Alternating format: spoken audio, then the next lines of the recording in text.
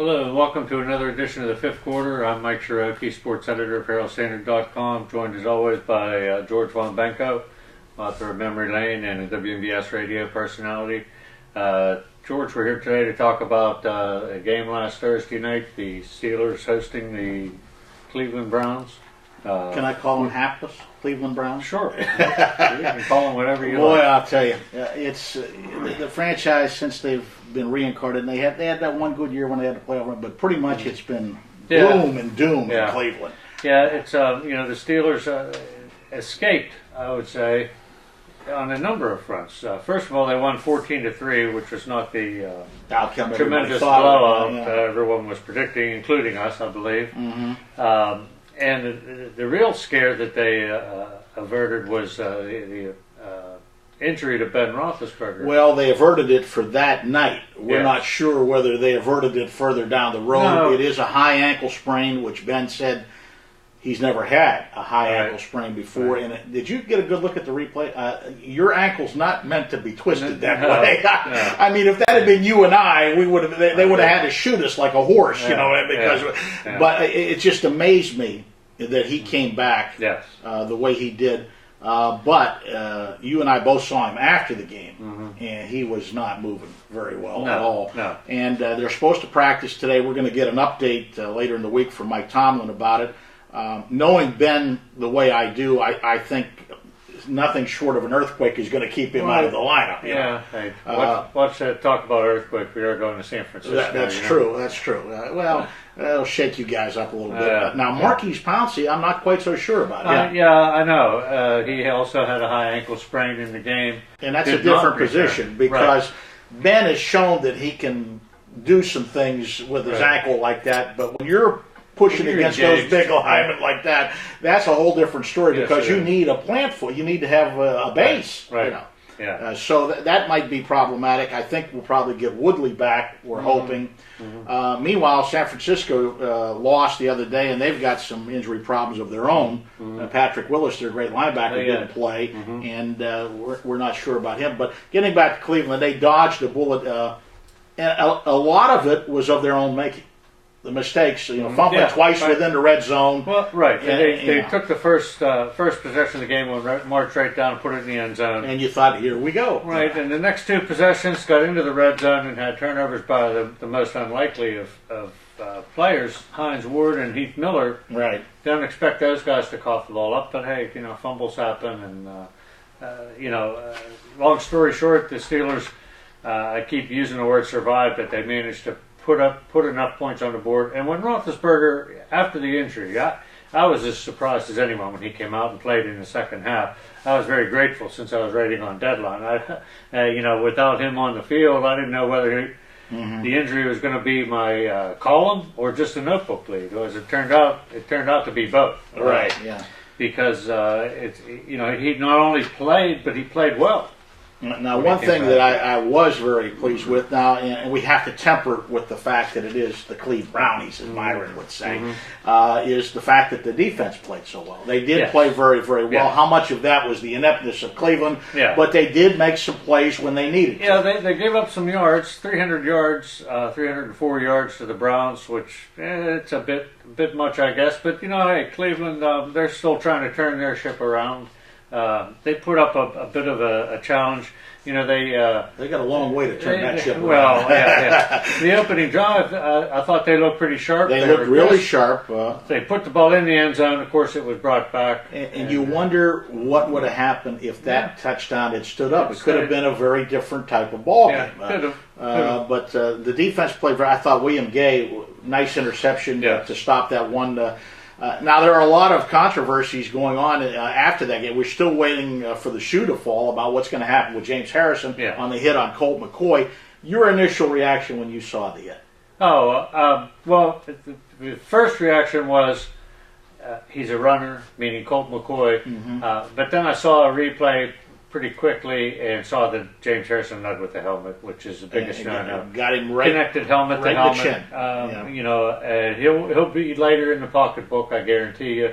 I don't expect he will be suspended for this game. It's in some circles it's being compared with I can never pronounce his first name. The Sioux guy from Nottingham Sioux. Yes. Sioux. Yeah. It's different. Well, it's completely different because because part of a football play. Yeah, I mean, what Nottingham Sioux did was deliberate. He stepped on a guy. It was post play. Yeah. This was just a reaction of a football player making a football play. I've heard those comparisons, and that's apples and oranges. Right. It's not at all. So I don't expect him to be suspended. I think he'll be a good bit later in the pocketbook. Well, one of the things, and I heard some of the talking heads on the Sunday night game on television talking about it, is the NFL did take note of the fact that McCoy moved at least 5 steps out of the pocket, and then he did throw the ball, so Harrison could legitimately be expected to think he was a runner. But it still doesn't excuse the fact that he led with the crown of his helmet. Yes. It doesn't matter if he's a runner, a quarterback, punter, or anything. Oh, they're going to call that every time. Right. And especially with James Harrison. Exactly. He does have a bit of a track record. And then the other thing is the furor that was created by Colt McCoy's father's comments following the game. Because, if you recall, Seneca Wallace came in because McCoy was pretty much out. Mm-hmm. Oh, the concussion? Yeah. And McCoy was pretty much out. They had Seneca Wallace in. He's the one that threw the long pass downfield to get him down in the red zone. And then McCoy came back in. Mm-hmm. And everybody's wondering why Colt McCoy was sent back into the ballgame, because after the game, talking with reporters, he had to tell them to turn the lights off because it was bothering him. He was glassy-eyed. He did not remember the hit. Didn't remember anything about it. And Colt McCoy's father says, how could you let my son go back in the game? It was obvious that he had concussion-like symptoms. And the rule is that you're not supposed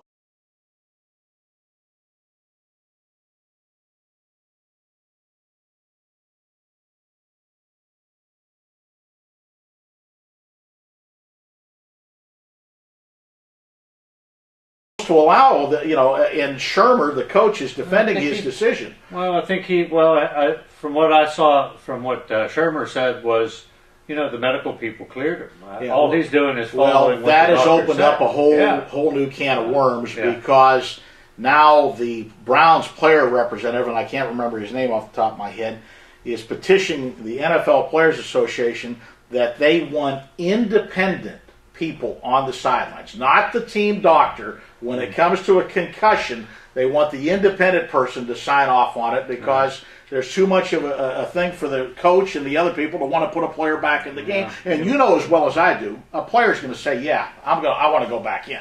Right. Yeah. But that's why the league has already taken that out of the players' hands. Exactly. The medical people, my first reaction to that, the players now wanting to get independent people on the sidelines is that ship has already sailed. They just got a 10-year collective bargaining agreement. They could have negotiated the power away from Goodell, and they didn't. No, I think that the NFL will allow them to do that. They may.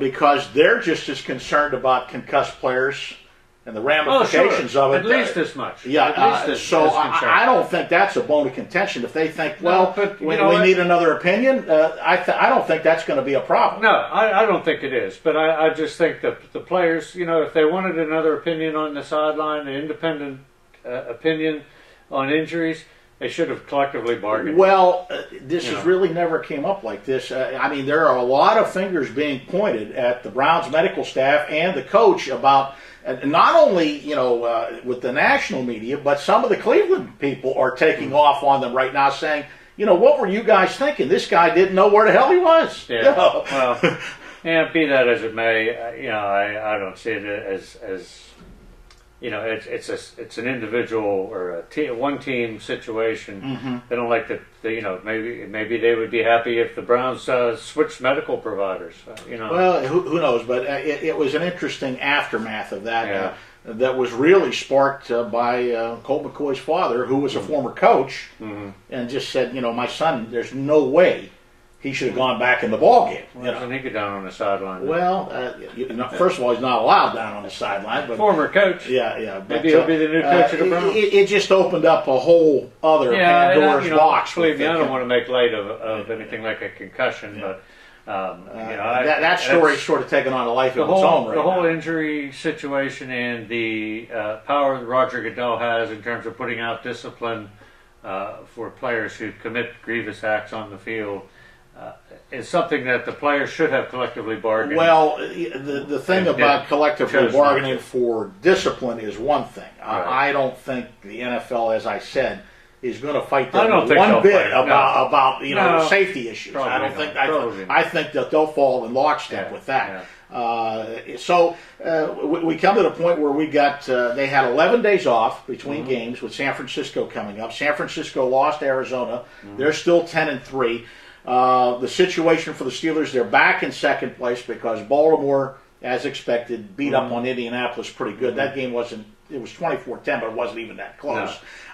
Houston won again. Cincinnati let one get away. 9 points in the fourth quarter. They had a lead. Last 2 seconds to go on the clock when they took the first lead of the game, I believe. That's right. So they let that one get away.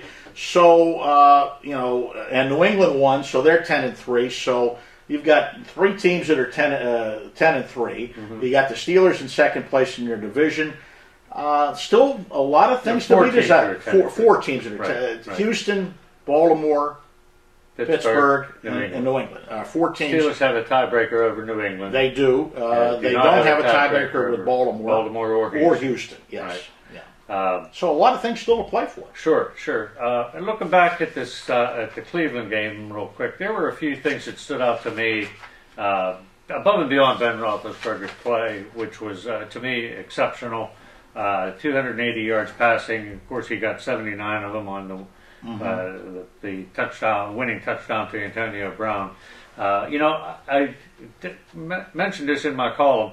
Rashard Mendenhall looks like pretty good numbers. 18 carries, 76 yards, 4.2 average. In the third quarter, when Ben was hobbled, Rashard Mendenhall really ran fairly well. He only had, where are we here? He had 18 yards on 4 carries in the first half. And, in the third quarter, he had a lot of carries and got a lot of yards. He really helped them get through the early stages of Ben getting his feet under him a little bit. I like what they did, but I did not like the rushing plays down near the goal line when they were trying to punch it in. I would have liked to have seen a different package. Yeah. Mendenhall, that's not his strength. Not up the middle. Not up the middle. That's when you got to use somebody like Isaac Redmond or something like that. I wouldn't have been disappointed if they'd given Redmond at least one carry in that sequence, or either running back. You got to move off of the right up the gut run. Did you happen to see the Giants game last night? Yeah, Brandon Jacobs went outside. To the right. Yeah, he went outside. And ended up getting in the end zone. That's a big boy too. So I had a little bit of a problem like that, and it's precisely. They had enough to win that game, but when they're in a real big ball game, coming down the stretch, you can't have things like that happen. No, what did you? I'm guessing you agreed at least with not going for the field goal in that when it's fourth. I wanted to put them away, and I think they should have put them away in that. With the field goal? No, with the. You got to go for the end zone. I thought they should have gone. Let's put the nail. You've got injury problems. You got other things going on. Let's try and put the nail in the coffin right then. I didn't have a problem with that. I just didn't like the way they went about it. Right. Okay. So let's look at the defensive numbers a little bit. Very quickly. We got just about a minute left here. All right. Okay. Well, let's forgo the minute. Or forgo this. Well, here they are right here. Ryan Clark, 10 tackles. Not a bad day. Jason World's another very good game with 9 tackles and 2 sacks. So he's filled in very well for Woodley. Yes, he has. So I still think they're in great shape. There's still some things to work on. They got to get healthy. Kind of interesting when the Steelers are in San Francisco next Monday night. The Sunday night game the night before will be your Baltimore Ravens at San Diego. The surging San Diego. And that's a game that I thought that they might have a chance to stop. It all depends on which Chargers team shows up. Which Phillip Rivers. Because they are really schizophrenic. Okay, that'll about wrap up this edition. We will be back later in the week to preview the Steelers at San Francisco. Till then, have a good week. Catch you next time.